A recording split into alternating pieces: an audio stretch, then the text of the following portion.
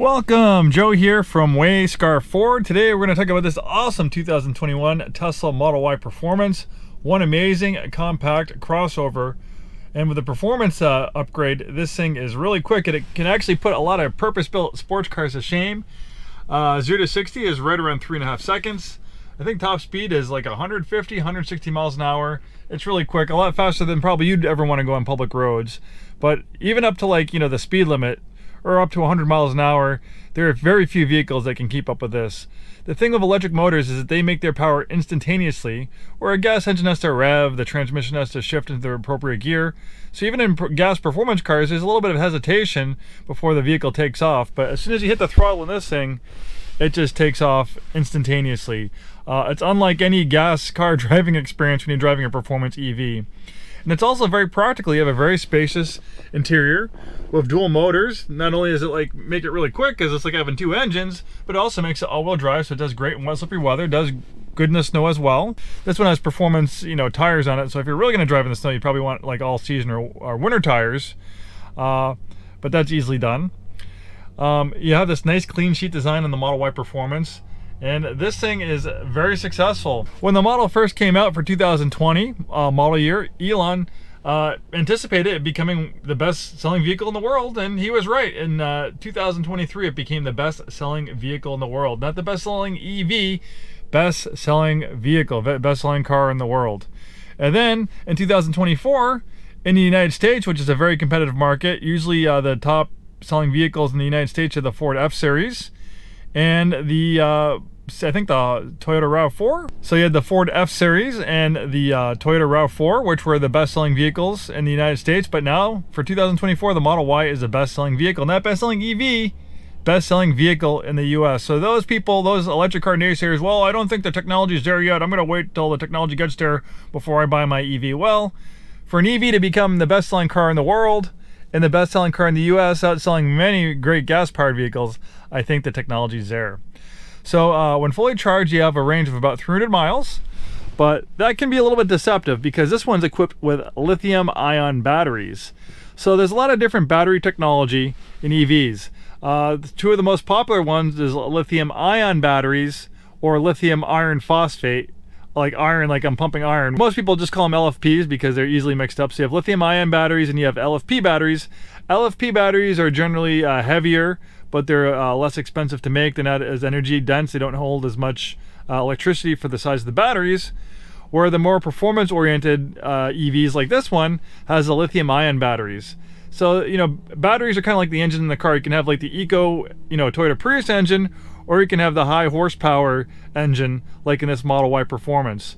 So, what determines how quickly an EV how quickly an EV goes is how much electrons the battery can unleash, how quickly it can unleash those electrons in the electric motors. And lithium-ion batteries generally do that better than LFP batteries. So you'll find, most EVs like this with lithium-ion batteries. So LFP batteries, which you can find in some of the cheaper Teslas, they actually like to be charged to 100% for daily use. But lithium-ion batteries, which is in this Model Y Performance, they only you can see this warning, they only like to be charged to 80% for daily use. So with a fully charged range of 300 miles, charging to 80%, your usable range is probably going to be more like 250 miles, give or take. There's a lot of different variables that can affect things like that. We have, outside temperature, is it raining, is it snowing, how you're driving. All these things can affect the range of an EV. But it's perfectly fine every once in a while for a road trip to charge to 100%. It's perfectly okay, just not every day. And, with a fully charged usable range of around 250 miles, that's longer than most people's daily commutes. And you can just plug it into your house, plug it into your home charger when you get home, and you wake up the next morning and you have a full tank of electricity. So, you can charge it with a 110 outlet. That'll add about, 70 miles of range, overnight. Or you can charge with a 240 outlet, kind of like the one that you use for your dryer. You can get one installed, and with the adapters, with the Tesla charger, they give you an adapter for a 110 outlet or a 240 outlet. The 240 will give you about 30 miles per range per hour, so you'll get a full charge in 6 to 8 hours. So you'll get a full charge overnight. So really, it's like an electric toothbrush. When you're done with it, you put it on the charger, and the next time you use it, it's fully charged. That's the way EVs work. You go home, you plug it in, you wake up the next day, it's fully charged. So You know, even the EVs, like I've had an EV for the past couple of years. I have a Tesla Model 3 Standard Range Plus, which has, you know, about 160, 180 miles of usable range at 80%, far less than this one. And I never get close to having to fast charge it or running out of range, very rarely. Because most people don't drive more than 50, 100 miles a day. But if you do drive a lot, Tesla has an amazing supercharging network. You can use the app to find it. And look at all these superchargers. Within 10 miles, there's 1, 2, 3, 4, 5, 6 fast chargers. And you just hit it, and then the Tesla will navigate you there. And it's always good to navigate to the supercharger, even if you know where it is, because if your battery is cold, it will precondition the battery so it will charge more efficiently. All those people, like in, you know, sub-zero weather, that couldn't charge their Teslas, it's because they didn't precondition their batteries. They didn't warm them up. When you do that, it'll charge much better when you fast charge it. You know, that's just a little Tesla tip for you. And then you have an amazing trip planner, so you can basically put wherever you want to travel. Even if you want to drive across the country, you just put your destination into the navigation systems, and Tesla's trip planner will navigate you there. And it's very complex. The Tesla trip planner will take in consideration wind speed, tire pressure, outside ambient temperature, elevation changes to have a very accurate range estimate for when you arrive to your destination. So that takes the anxiety of owning an EV, is having Tesla's amazing trip planner. You can always, if you know where you're going, you just put it in navigation, and you can always make sure if you have enough range to get there. If not, it'll route you to a supercharger. So much to talk about. I could literally talk an hour about these things. They're just so different than regular cars. So we have a nice clean sheet design in the interior. Some people ridicule Teslas for being sparse, but I actually like it. It's like a sensory deprivation chamber. I'm in the car business, so I'm in a lot of fancy cars with buttons and knobs and switches all over the place. And sometimes it can be a little bit overwhelming. Just having everything concentrated in the screen and having it clean and the rest of the interior is actually really nice and pleasant. And the thing with hard buttons and knobs, those are there forever. This screen is infinitely reconfigurable. It's like, you know, your phone, you get a big iOS update on your phone, the display can change, it can add features. There's actually an update right now that needs to get downloaded. So Tesla's constantly updating, improving the safety of the vehicle, adding features. They're constantly adding stuff, like they just added, you know, YouTube Music, which I like, Audible, Amazon Music, Apple Podcasts, Apple Music. They're adding arcade games. You can watch Netflix and Hulu. You can't do it while you're driving. You watch it while it's parked. In-car karaoke. You have these amazing cameras as well.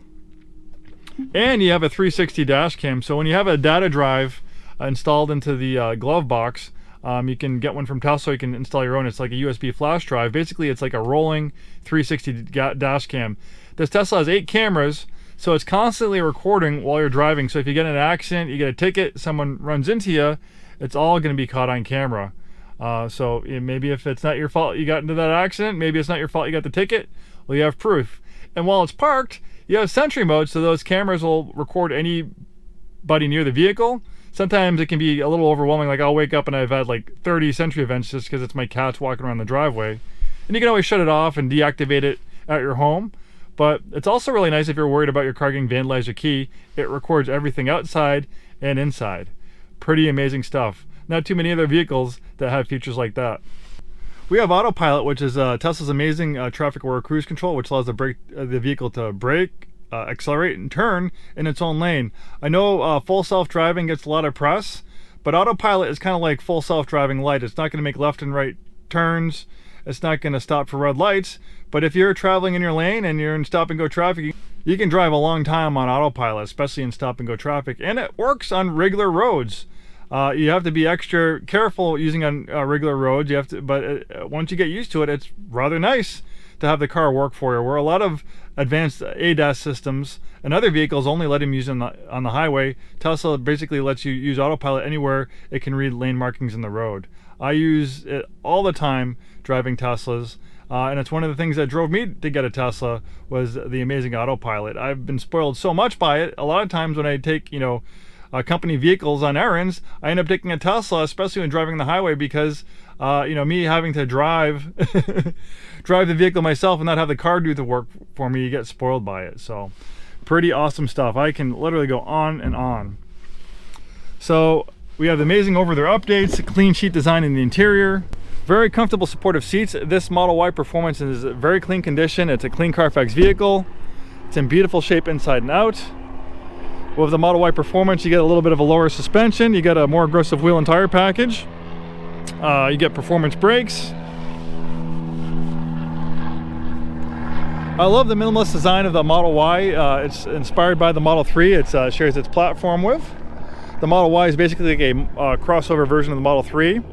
Since there's no engine up here, we have a frunk, which gives you a lot more cargo space. And it's also a safety feature. And you have all this space to absorb crash energy in a frontal collision. You have a crumple zone that's 60% larger than a crumple zone in a gas car since there's no engine here. So you have all this space to absorb crash energy in a frontal collision. In fact, the Tesla Model Y is one of the safest, if not the safest, crossover SUV you can buy. It's one of the safest vehicles on the road. When the NHTSA tested the Model Y, it's one of the lowest probability of injuries in an accident. You know, there's a lot of reasons. It's the way it's constructed that makes it safe. The weight of the batteries makes it safe because it's like a keel. It's like an anchor keeping the thing planted to the ground. Even if it rolls over, it will roll back onto its wheels just from the weight of the batteries. And the autopilot makes it safe. And look at all this space. I'm 6'2". I have a ton of headroom back here. I love this big glass roof panel. The kids like it too. Plenty of legroom, plenty of headroom back here. You have a lot more space in a comparable compact crossover since you're not hampered by the design of a carbon internal combustion engine with gas tanks, exhaust systems, drive shafts. You know, it's a lot simpler. A gas car has thousands of moving parts where this has dozens. Lots of space back here. You can fold down the seats. You can actually camp in it as a camp mode if you wanted to camp in it.